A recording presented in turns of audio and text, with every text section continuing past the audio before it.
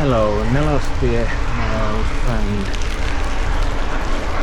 I've come to ride with you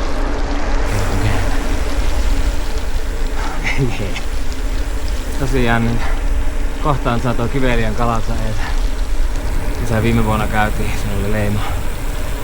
Ja se oli joku katous, niin kuin mä muistelen. Lähteä siihen vaikka syömään leipää ja ottamaan vähän solaa. Ja sitten jatkaa pohjoiseen.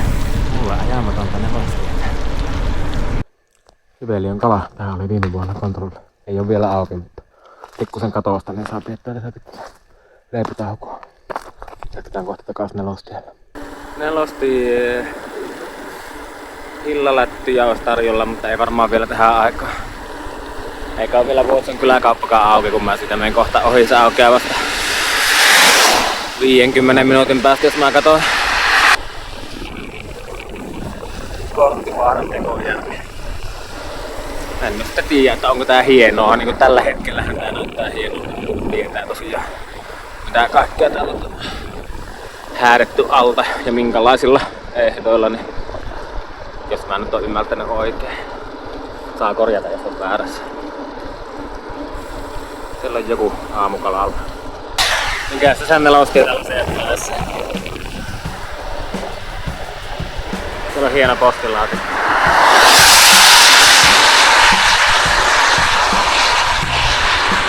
Ei vielä ollut ihan mahdottomasti liikenne.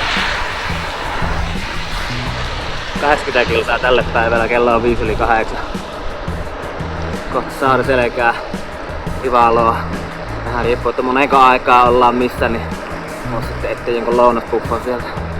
Ja lähtö sitten suuntaamaan kohti Sarmitunturia. Sarmitunturi vai Sarmitunturi? Oliko se niin, että se oli Sarmitunturin erämaa? Ja se tunturi oli Sarmitunturi ilman teitä edessä. Ei muista. Jotakin voi miettiä ja sitäkin miettiä, että aika kuluu. Saavutaan Vuotsoon 2 kilsan päästä kauppa H-sieppi. Kello on 8.16 ja se aukeaa muistaakseni 8.30. Eli ollaan pikkusen liian aikaisin. En mä kyllä tarvi sieltä mitään, niin ei se sinänsä haittaa. Mutta jos olisi ollut vastatuuli, niin olisi ehtinyt. Ja kyllä kelepä on melko kivaa laseetella tässä Nelostietä pitkin. Sanoinko mä just tuon oikeesti ääneen? Aivan. 8.30 auki ja 8.19. Siinä on kota.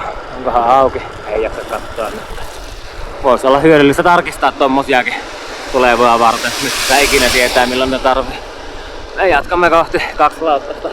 Saariselkää, Ivaloa, Inaria, sun muita tämmösiä. Mitä niitä olikaan. Inaria ennen taitaa olla kuitenkin joku nyppylä, jonka päällä pitää käydä. Mutta sitä ennen ylitetään Vuotson kanala.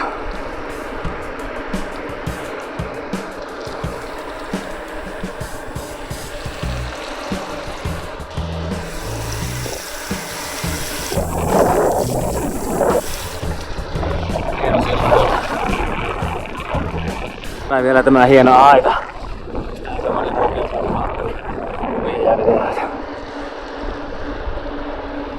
Tietenkin vois miettiä, onko tuo polkupyörien väärinkäyttöä, mutta ne hieno ja piristävää se on joka tapauksessa. Sampiojärven tie. Tuollakin pitäis käydä seikkailemaan. Seikkaillaan nyt ensin tonne. Se on 8.50 ja päivän eka satku tuli just täyteen. Aika hyvää kyytiä on päässyt sen Nelostielle. Olen saanut jo päivän ajoa ja keskinopeuden nostettua 20. Se oli jossain vaiheessa 13. Jostain kumman syystä. Ei oo vielä ihan kuiva. Saa nähdä tuleeko koskaan olemaankaan, mutta mikäpä siinä. 2 lauttanen. Kaunis jormaus Saariselällä. No, se on kiva olla taas varsin tutuissa maisemissa. Saariselällä on tullut ajeltua jo ihan kohtuu paljon. Muun muassa tuotakin uraa pitkin, mikä saa vieressä mennä. Ja saavutaan justiinsa Inarin puolelle. Inaarilla on kyllä yksi hienompia vaakunoita mun mielestä. Alkaa tää Nelostien liikennekin vähän vilikastumaan. Ja tästä kohta tulee vasemmalta reitti Kutturasta. Mä veikkaan, että aika moni oletti tai toivoo, että minä olisin mennyt sieltä, mutta on mennyt sen jo. Mä tiedän mitä se on. Eli kiva. Ja nyt tätä postikorttia kirjoittaessani tässä niin näyttää, että täysin yllättää. Olli Ranta on tulossa sieltä. Se ei yllättänyt yhtään.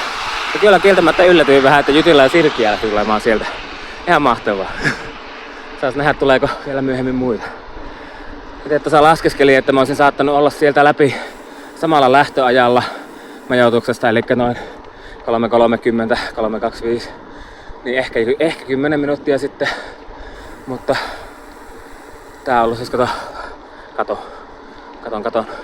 Paljon pitempi reitti. Paljonkohan tää olisi ollut? 10, 15, 20 kilsaa pitempi. Ja veikkaa, että helpompi. Riippuu niin paljon siitä, että missä kunnossa tuo Kutturan tie olisi ollut. Jos se on hyvä, niin se on varmaan ollut sitten nopeampi. Mutta mitähän Jytila ja Sirkkiä tykkää sitä hienosta suosta, mitä ylitettiin silloin aikoina Valo-osalla. On niilläkin varmaan valoa ollut jo siihen aikaan, kun ne on siellä ollut. Ihan varmasti. Sieltä kääntyy Kutturan tie.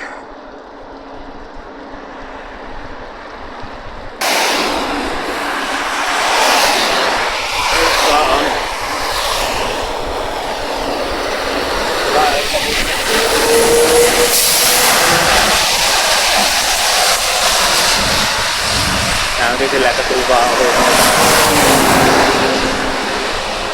On ihana tämä suomalaisen luonnon äänimaisema.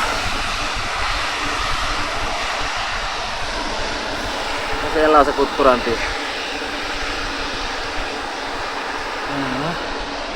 Kuvataan nyt vielä siihen, että on vähän vilikasta, millä se näyttää.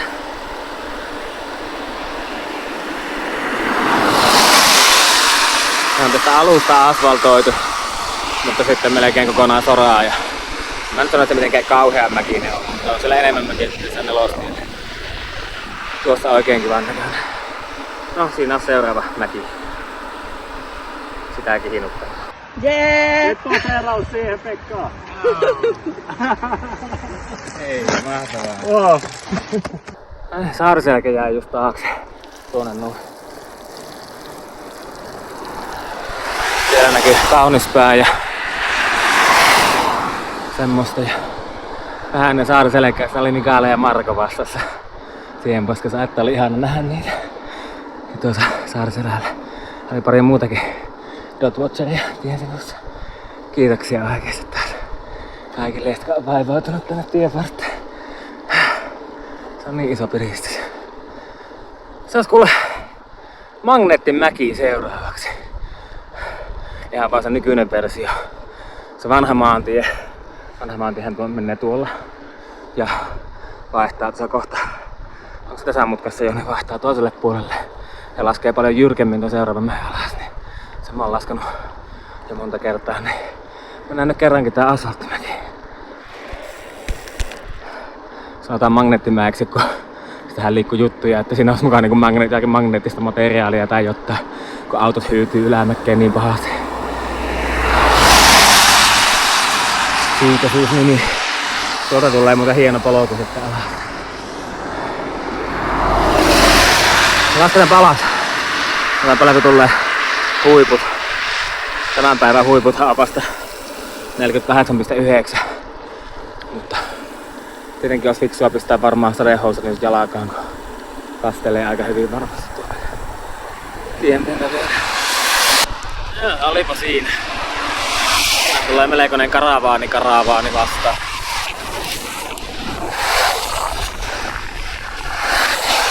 Tarkennapa. No niin. En ruvennut puskemaan, niin 59,9, mutta se oli kyllä... Mä en muistanut ollenkaan, että se on noin pitkä se mäki. Tuntuu tässä maastopyörällä paljon lyhyempi. Mennäänkö tästä kovempaa? Mutta niin katsoa äsken sitä videolta, että kuinka pitkä tuo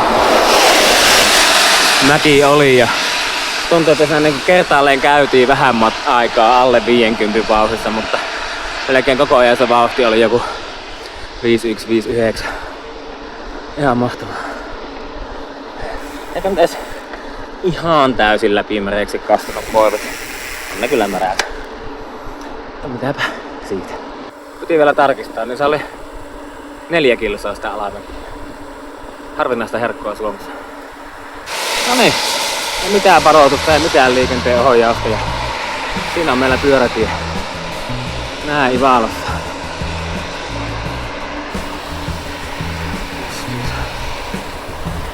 No, kohta syömme.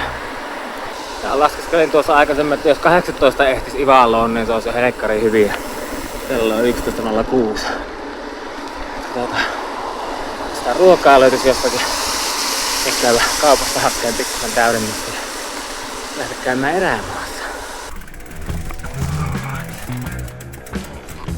Mennään vielä 2 pienempää vai? Nää on niitä elämän pieniä eloja, kun